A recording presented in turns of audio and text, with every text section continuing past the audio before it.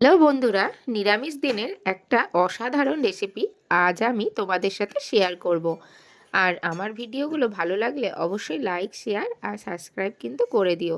নিরামিষ দিনে এই রকম সবজি যেমন হেলদি আর বাচ্চাদের জন্য তো ভীষণ ভালো। এর আগেও কিন্তু আমি বিট দিয়ে একটা আলাদা রেসিপি তোমাদের তৈরি করে দেখিয়েছিলাম। আজকের রেসিপিটাও কিন্তু খুব সুন্দর।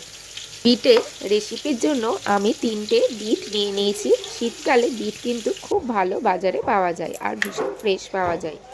বিটটা ভালোভাবে কেটে প্রথমে ভালোভাবে ছিলে নিতে হবে, যাতে বিটের গায়ে কোনো রকম কোনো চোকা বা কোনো আঁশ যেন না থাকে। এইভাবে বিটটা পুরোটা দেখো ছিলে নিয়েছি, দিয়ে একটা গ্রেটারের সাহায্যে বিটটা ভালো করে গ্রেট করে নেব। আর এইভাবে তোমরা গাজর, মূলো যে কোনো ধরনের কিন্তু রেসিপি তৈরি করতে পারো। বিটটা ভালোভাবে গ্রেট করা হয়ে গেলে প্রায় পুরোটা বিটই কিন্তু এভাবে গ্রেট করে নেবে। যতটা ভালো, যতটা মিহি করে গ্রেট করবে ততটা ভালো কিন্তু বিটের এই রেসিপিটা খেতে ভালো হবে। এইভাবে বিটগুলো ভালোভাবে দেখো আমার গ্রেট করা হয়ে গেছে। কড়াইতে এবার তেল গরম করে আমি 2টো তেজপাতা ফোড়ন দিয়ে নেব। আর দিয়েছি অল্প পাঁচফোড়ন। পাঁচফোড়নের মধ্যে আমার মোহরি, অল্প জিরে, অল্প সাজিরে, অল্প মেথি, কালো জিরে আর দিয়ে যে বিটটা আমি গ্রেট করে রেখেছিলাম সেই পুরো বিটের গ্রেটটা আমি কড়াইতে দিয়ে দেবো। দিয়েছি সামান্য পরিমাণে লবণ, সামান্য পরিমাণে হলুদ। এই দিয়ে ভালোভাবে নেড়ে চেড়ে নিতে হবে বেশ কিছুক্ষণ।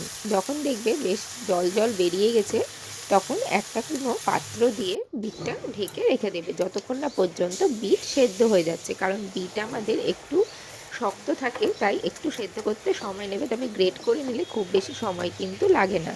আর তোমরা কে কোথা থেকে আমার অনুষ্ঠান দেখছো তা আমাকে কমেন্ট বক্সে কিন্তু জানিও।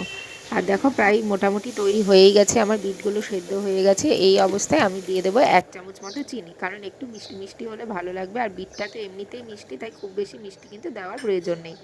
আর ব্যাস তৈরি হয়ে গেছে আমাদের বিটের ঘন্ট। আর পরোটার সাথে হোক বা ভাতের সাথে কিন্তু অস্বাভাবিক সুন্দর লাগবে। আর রুটি পরোটার সাথে বা ভাতের সাথে এই বিটের সবজি কিন্তু খুব সুন্দর আর খুব ভালো লাগবে। তোমরা কিন্তু বাড়িতে অবশ্যই একবার কিন্তু এইভাবে বিটের সবজি তৈরি করে খাবে, কারণ বিট কিন্তু আমরা সবসময় কিন্তু কাঁচা অবস্থায় খেতেও পারি না, বা কোনো সবজি দিয়ে যদি তৈরি করি তাও কিন্তু খেতে আমাদের ভালো লাগে না। কিন্তু বিশ্বাস করো বন্ধুরা, এইভাবে যদি করো তাহলে কিন্তু তোমরা সব কিছুর সাথে খেতে পারবে আর সববার কিন্তু খুব ভালো লাগবে। এইটুকু বলতে পারি, এই বিটের সবজি খাবার পর সকলেই তোমাকে কিন্তু দ্বিতীয়বার বলবেই যে বিটের সবজি বানাতে।